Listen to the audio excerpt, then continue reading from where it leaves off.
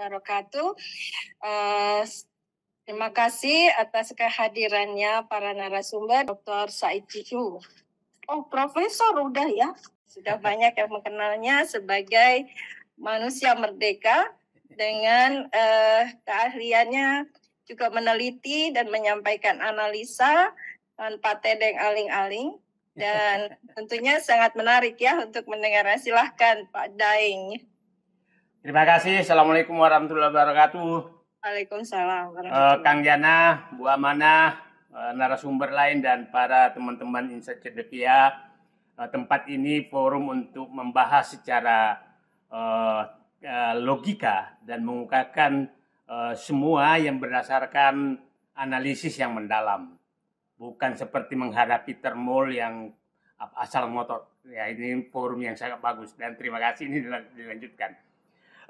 Ada 3 hal yang perlu saya jelaskan. Satu, tentang prinsip kenapa sih harus menempatkan, boleh mengizinkan warga negara asing menjadi direksi BUMN. Yang kedua, aturan yang ada seperti apa. Yang ketiga, menurut saya persyaratan dan kaidah yang harus dipenuhi apabila keinginan tersebut bisa dilaksanakan. Secara prinsip, saya menyatakan tidak ada larangan memang menempatkan direksi dari asing di Undang-Undang BUMN. Dan saya adalah orang yang sejak 2008 sudah menyuarakan 2 hal sekaligus. Pada saat itu saya sekretaris Kementerian BUMN.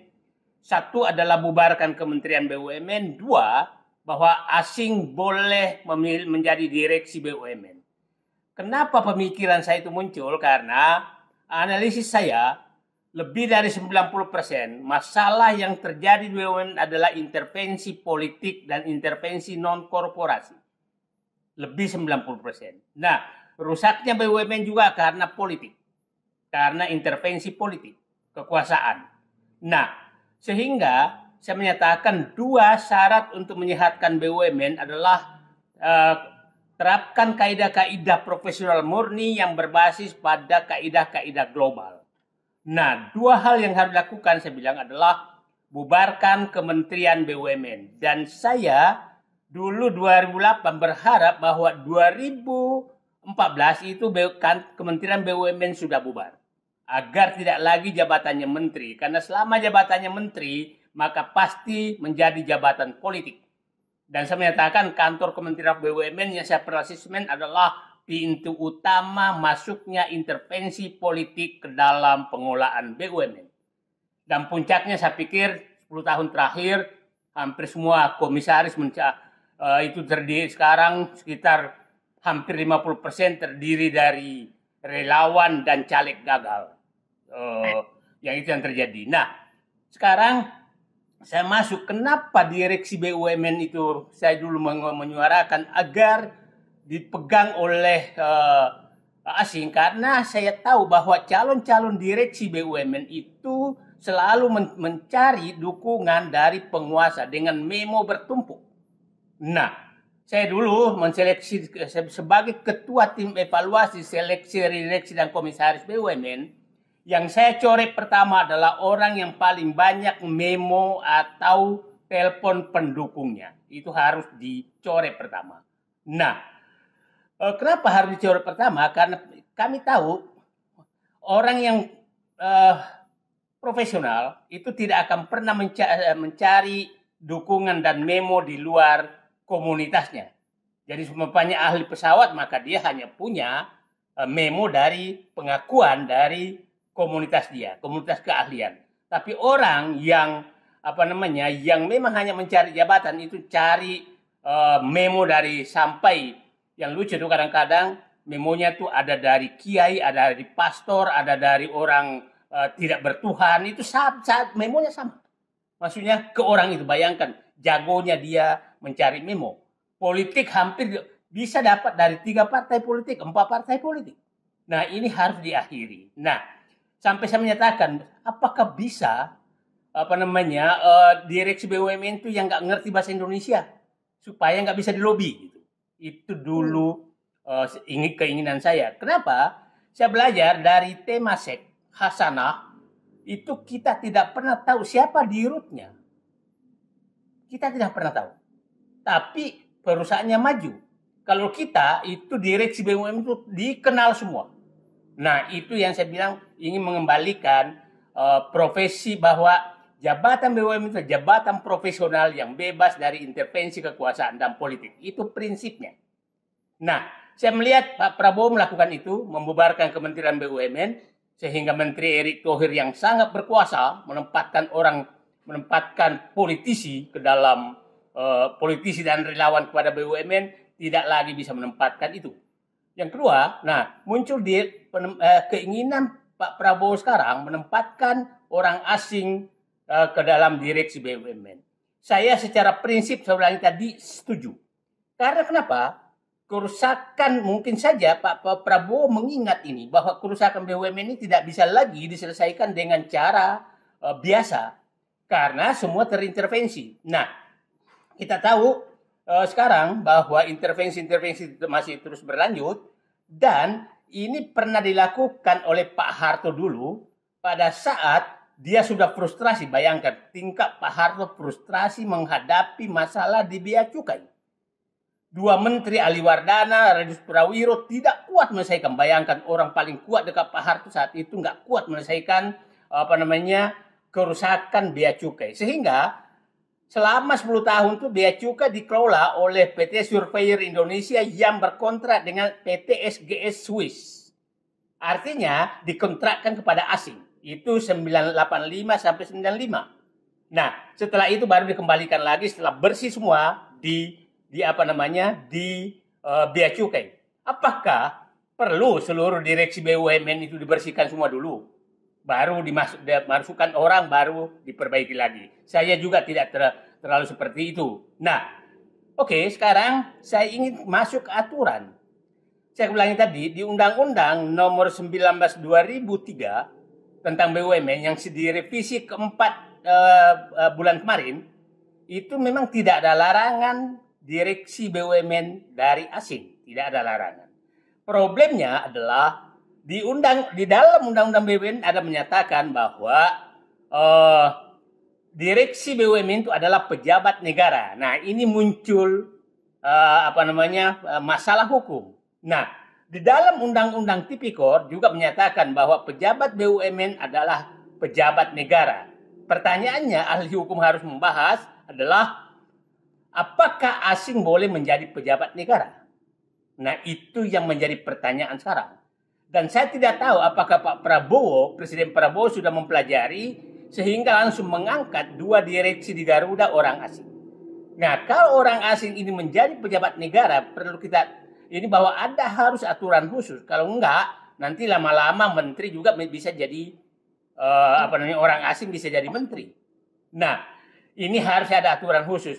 Ingat dulu juga Gus Dur pernah, saking mungkin saya punya ide bagaimana kalau penegak hukum, polisi dan jaksa itu diganti semua oleh orang asing. Saking frustrasinya juga untuk menghadapi, membersihkan penegak hukum.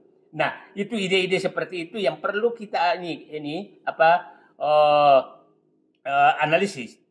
Saya menyatakan bahwa saat ini memang perlu upaya extraordinary dari penguasa Presiden Prabowo untuk memperbaiki kerusakan BUMN yang dirusak selama 10 tahun terakhir. Kita tahu BUMN banyak sekali yang rugi, hampir 50% isinya tuh komisaris dari titipan relawan dan partai politik, dan juga direksi saya tahu banyak juga titipan yang seperti itu. Nah, sekarang saya ingin bicara persyaratan apabila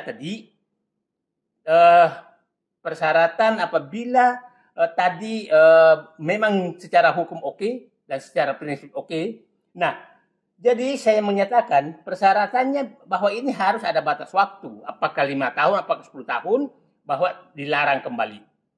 Yang kedua adalah bahwa BUMN yang diizinkan untuk dikelola oleh asing adalah BUMN yang memenuhi kriteria. 1, dia beroperasi secara global. yang terkait dengan global. Contohnya Garuda oke, karena dia bersaing secara global. Pertamina harus karena bersaing secara global. PLN yang terkait dengan global oke. Kemudian pengelolaan bandara oke, itu kira-kira yang bisa. Tapi kalau hanya umpamanya mengelola Sarina, mengelola Borobudur, ya enggak lah, janganlah. Jadi harus diseleksi juga BUMN mana persyaratannya adalah beroperasi global, menggunakan kaidah-kaidah global, perbankan bisa termasuk karena kaidah-kaidah global, kemudian seleksinya harus mekanisme global dan global dan juga dilakukan oleh konsultan global, dan kalau perlu dilakukan bukan di Indonesia tapi di luar negeri. Nah, saya pastikan para pencari memo tidak laku lagi. Para pencari memo untuk mendapatkan jabatan direksi tidak laku lagi, dan pasti pun kalau ada orang Indonesia yang terpilih maka pasti memang orang-orang hebat. Nah, terakhir saya ingin menjelaskan pengalaman saya kenapa saya ingin sekali bahwa BUMN ini bebas dari intervensi. Saya menyatakan bahwa mungkin saya tidak terlalu memuji Jonan, tapi pantas juga saya puji. Direksi yang bisa membebaskan diri dari intervensi dan menikmati jabatan Jonan, bekas dirut kereta api. Saya tahu bekas dirut Pertamina itu awalnya saya mengakui bahwa ini orang hebat, pengganti Ari Sumarno. Tapi setelah masuk jadi dirut, maka dia menjadi pencinta jabatan dan membuang kaidah-kaidah profesional yang selama ini saya kenal. Saya kenal namanya Emir Syahsatar. Dia juga sangat profesional, tapi setelah lama di Garuda, dia tidak tahan dari intervensi sehingga kena kasus. Saya kenal Sofyan Basir, maksudnya orang-orang yang dulu saya ikut menseleksi, Agus Martowardoyo. Nah, ada yang bertahan dengan profesionalismenya dan dia bebas sama sekali tidak terpengaruh oleh kekuasaan sampai akhir masa jabatannya. Dan kalian masih ingat, Jonan melawan presiden itu kalau dia nggak setuju dia lakukan. Nah, kita butuh profesional dari BUMN seperti itu, termasuk di perbankan. Kita tahu perbankan itu penyaluran kreditnya itu kadang-kadang lewat lobi kekuasaan, sehingga oligarki sangat berkuasa. Nah, itulah kira-kira uraian singkat saya untuk bahan diskusi. Saya sudah jelaskan tadi, prinsipnya saya menyatakan saya setuju karena ini darurat. Saya menyatakan sekarang saya setuju direksi BUMN sekarang dipegang asing karena ini darurat menyelesaikan kerusakan BUMN yang mencapai titik terendah sekarang. Yang kedua, aturan tadi perlu dipikirkan karena dia pejabat negara, itu silakan ahli hukum yang kembali. Yang ketiga tadi adalah persyaratannya saya jelaskan. Saya bisa cerita panjang masing-masing direksi BUMN yang awalnya memang profesional pun dia akan goyang pada saat sudah ditekan oleh kekuasaan atau tergoda untuk menikmati jabatan. Saya langsung ke Pak Mario. Pak Mario, pembentukan Badan Pengelola BUMN adalah meluruskan posisi Kementerian BUMN.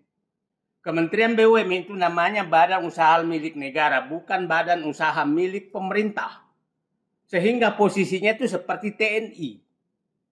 Milik Presiden sebagai kepala negara, bukan sebagai kepala pemerintahan. Itu salahnya dibentuk Kementerian BUMN. Saya hari pertama menjadi Sesmen BUMN, hari itu langsung saya punya niat membubarkan Kementerian BUMN. Karena ini adalah Kementerian BUMN adalah pusat intervensi non-korporasi ke dalam. Nah, karena memang ini salah. Jadi harusnya itu badan sekarang itu bukan badan pemerintah, badan negara, itu badan negara seperti BPK. Jadi bukan badan di bawah pokoknya supaya menterinya nggak ada. Itu yang pertama. Jadi saya sangat setuju. Kenapa Bu Amanah dulu saya minta dibubarkan? Itu karena hati saya nggak masuk. Karena langsung Agus Martowardoyo minta menghadap Said Didu. lembaga yang orang lebih pintar menghadap pada orang bodoh itu lembaga yang harus dibubarkan. Dan saya lebih bodoh dari dia. Itu sangat prinsip. Saya apa urusannya Agus Martowardoyo menghadap Said Didu? Itu langsung saya menyatakan kalau saya punya kekuasaan maka Kementerian BUMN pertama aku harus bubarkan karena ini adalah tempat orang untuk menikmati jabatan. Itu harus bubar. Oke, Pak Mario, jelas itu ya. Kemudian BUMN tadi jauh dari panggang dari api seperti ini nggak usah dibahas.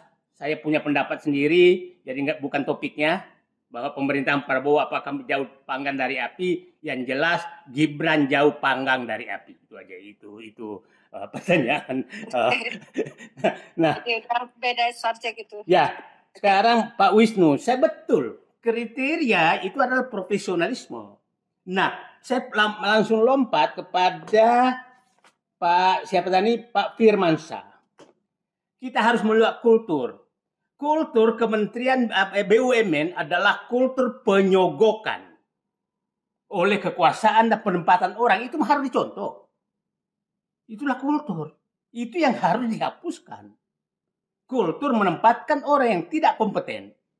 Bapak dan Ibu tahu sekarang komisaris BUMN itu isinya caleg gagal. Kalau gagal jadi anggota DPR, dia jadi komisaris BUMN. Di kampung saya, Sulawesi Selatan, Tonasa itu 2 calon bupati gagal dijadikan komisaris BUMN. Itu kulturnya mau dipertahankan. Jadi kultur itu jangan menganggap kita kulturnya bagus-bagus amat. Enggak. Kultur kita tuh yang seperti Pak Peter Gonta katakan tadi. Saya bekas memecat orang dan dipecat. Saya pernah dipecat Trini Suwandi sebagai komisaris karena saya juga melawan. Kultur yang seperti ini mau dipertahankan. Nah, sementara tempat lain kulturnya adalah profesionalisme. Itulah. Nah, jadi Pak Wisnu saya setuju sekali. Kriterianya adalah profesionalisme. Tidak ada di luar itu. Nah, tadi Ibu Prof ini menyatakan bahwa kemungkinan menjaga kebocoran di Undang-Undang Perseroan Terbatas dan kontrak semua direksi BUMN, komisaris BUMN, selalu ada kontrak menjaga kerahasiaan. Siapa yang membuka kerahasiaan perusahaan maka itu harus dihukum. Itu di mana-mana. Saya pikir Pak Peter Gonta bisa bicara seperti itu dimanapun. Itu adalah tanda tangan pertama profesional adalah menjaga kerahasiaan perusahaan. Itu sangat clear. Jadi nggak usah terlalu. Betul. Dan semua profesional paham itu. Paham itu. Dan semua profesional tidak akan melakukan pelanggaran itu. Karena sekali melakukan pelanggaran, maka seluruh pintu perusahaan dunia menutup orang itu. Karena itu orang culas. Dan tidak ada tempat orang culas di profesionalisme. Itu yang kita harus. Jadi jangan terlalu, seakan-akan kita hebat sekali. Enggak lah. BUMN itu hancur. Hancur sehancur-hancurnya. Nah, Pak Asim boleh tadi, bagaimana kepercayaan, tadi dengan Pak ini. Nah, CEO yang mana yang dibutuhkan? Saya katakan tadi, yang dibutuhkan memang yang pertama sekarang saya katakan tadi, BUMN ini kondisi darurat. Kerusakannya mendekati 100%. Pak Harto dulu saya bilang 85-95 karena bea cukai rusak, maka dia kontrak SGS dan membubarkan tanda kutip bea cukai. Nah mungkin juga itu sekarang harusnya dibubarkan aja dulu direksi BUMN dan kontrak yang lain sekalian. Supaya membersihkan kerusakan BUMN yang sudah sangat parah. Saya ulangi tadi, hampir 50% sekarang komisaris BUMN itu terdiri dari relawan dan caleg gagal. Terus mau mengharapkan profesionalisme mereka? No. Itu nggak bisa. Itu pasti menghancurkan. Nah, pertanyaan selanjutnya adalah tadi dari Pak siapa nih dari High cost itu ya? Ya, high cost. High cost gaji BUMN itu sangat tinggi, melebihi dari CEO manapun.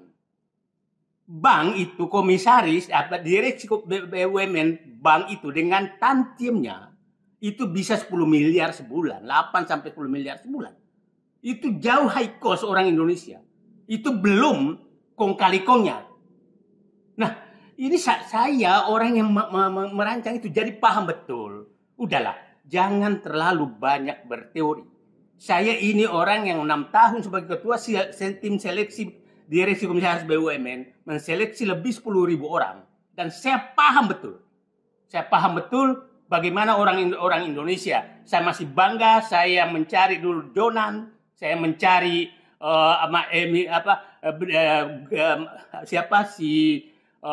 Agus Marto. Itu saya bangga bahwa menempatkan orang itu adalah memang yang paling utama. Nah, tadi tentang high cost, saya menyatakan enggak.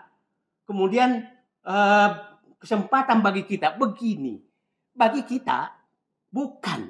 Sekarang kesempatan bagi para penjilat. Bukan kesempatan kepada orang baik dan pintar. Tidak ada tempat bagi saya Didu. Tadi sebutkan Ihsanuddin di sini. Enggak ada tempat sekarang. Karena pasti ia tidak akan bisa tunduk kepada keinginan penguasa. Nah, saya ingin bahwa dengan menjadikan BUMN profesional dan mengizinkan CEO asing yang saya sangat setuju itu terbatas dan seleksinya harus ketat. Itu untuk merubah kultur. Untuk merubah kultur sogok menyogok, kemudian memo-memo, kemudian intervensi masuk ke BUMN. Itu saya pikir yang yang saya ini kan. Nah, tadi yang tentang independensi Indonesia asli, beginilah. Saya ingin menyatakan, saya sangat setuju dengan Indonesia asli, tapi di tengah kerusakan bangsa ini, maka tidak akan ada orang Indonesia asli yang bisa dipilih. Tidak akan pernah namanya Muhammad Said Didu akan minta memo ke siapapun. Tidak akan pernah namanya Muhammad Said Didu akan datang ke penguasa untuk minta jabatan. Dan hanya orang yang minta jabatan itu adalah orang yang tidak profesional. Dan saya berharap dengan kembalinya BUMN profesional, orang-orang yang hadir di forum ini, yang saya pasti yakin adalah profesional, itu punya kesempatan lagi. Jadi hilangkan kata bahwa dengan menempatkan asing itu menutup orang-orang Indonesia. Bukan. Memasuknya asing akan membuka pintu orang-orang Indonesia yang baik untuk mengelola BUMN dan menyingkirkan orang-orang yang yang hanya penjilat dan penikmat jabatan dari BUMN. Jadi itu saya pikir kesimpulan saya bahwa sekarang saya menganggap bahwa ini darurat, maka tidak ada yang lain adalah menempatkan orang asing untuk memperbaiki berbasis profesionalisme dan pengendalian yang sangat tinggi. Pengendalian yang sangat tinggi agar, saya katakan tadi, yang boleh asing itu satu. Memang beroperasi secara internasional, global, kaidah-kaidah global. Seleksinya dengan global. Kalau perlu tesnya tuh di Amerika sana, supaya nggak bisa bahasa Inggris nggak datang ke sana gitu kan. Nggak bisa bawa memo. Kemudian dilakukan oleh oleh lembaga konsultan internasional. Kalau perlu pakai headhunter internasional untuk mencari orang-orang terbaik. Itulah saya pikir tadi tentang kritikan Danantara sangat wajar karena memang lembaga baru dan undang-undangnya sekarang aturannya itu baru masih menunggu PP dari revisi undang-undang, masih banyak yang ditunggu sehingga mungkin itu harapannya. Terus yang terakhir tentang klaster-klaster, nggak usah terlalu kagum, karena semua menteri, setiap penggantian menteri itu merubah klaster. Itu hanya hobi-hobi aja. Oke, saya hanya ingin menyatakan bahwa yang menyebabkan perusahaan di negara manapun itu maju karena profesionalisme, bukan karena bentuk. Di Cina, BUMN semua, hampir semua, maju karena profesionalisme. Di Rusia juga begitu. Di Amerika yang tidak ada BUMN karena profesionalisme. Di Singapura, Temasek karena profesionalisme. Nah, sehingga jangan pertentangkan lagi apakah dia swasta atau BUMN. Tapi intinya bahwa perusahaan yang maju itu harus berbasis profesionalisme. Nah, saya kasih contoh aja sebelum masuk. Nah, sehingga ini yang dirusak. Ini yang rusak di BUMN karena profesionalisme dibuang. Maka saatnya profesionalisme dikembalikan. Dan secara konsisten dengan membuka tadi. Nah, yang kedua, saya kasih contoh aja. Betapa BUMN ini bahayanya intervensi. Dulu, di Rut Garuda, itu Pak Emir Sashatar, istrinya almarhum dari Sumatera Barat. Apa? lagu pun lagu Sumatera Barat. Itu fakta, apalagi yang lain, gitu loh. Nah, itulah intervensi-intervensi itu yang harus kita hilangkan, bahwa betul-betul harus dengan profesionalisme. Nah, jadi itu yang saya ini kan, bahwa saya berharap dengan Pak Prabowo mengetahui masalah ini dan mengembalikan betul, melepaskan BUMN dari pengaruh politik dengan membubarkan Kementerian BUMN dan membuka peluang warga negara asing masuk untuk masukkan nilai profesionalisme untuk menggusur semua kultur yang dirusak selama ini. Saya berharap itu akan terjadi. Terkait dengan tadi Kang Jana, saya melihat begini sekarang. Ada keinginan Pak Prabowo sekarang intinya menganggap ini darurat. Saya kasih contoh, penempatan di Rut Timah itu tentara, tapi dengan tentara dia bisa melawan jenderal-jenderal bintang-bintang yang menjadi backing selama ini. Di Agrinas Palma itu ditempatkan juga Komandan Kopassus. Jadi saya melihat sekarang betul-betul kelihatannya Pak Prabowo menempatkan orangnya karena menganggap ini kondisi darurat. Kondisi darurat, kalau kondisi darurat maka yang dibutuhkan adalah kepemimpinan yang kuat. Dan saya lihat mungkin dia takut bahwa ada intervensi, maka ditempatkanlah Geni yang temannya di Garuda, karena Garuda perlu dibenahi betul. Tapi mungkin Pak Prabowo juga melihat bahwa ini bukan ahlinya, maka memasukkanlah 2 ahli dari asing. Itu kira-kira analisis saya, sama dengan di tempat-tempat lain. Terima kasih. Assalamualaikum warahmatullahi wabarakatuh.